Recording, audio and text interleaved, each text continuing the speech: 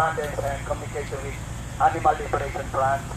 No? So ito yung mga radical animal rights activists. So then nagkaroon din kami ng connection with PETA. So we are parang kami yung mga first group na nakipag-correspond sa PETA. So nag-send sila ng mga videos. Actually Betamax pa yun, no? So meet your meet. So yung through that small Betamax, we travel around Philippines. So we try to have film showing to introduce different communities, especially the youth, no? So na magkaroon ng awareness about animal rights. Kasi in Philippines, kumbaga, nung una nilang makinig yun, parang sila nawiwirtuan. Ang iniisip nila, imposible raw kasi nga initial third world country, mahirap, tapos mamimili para ng kakainin.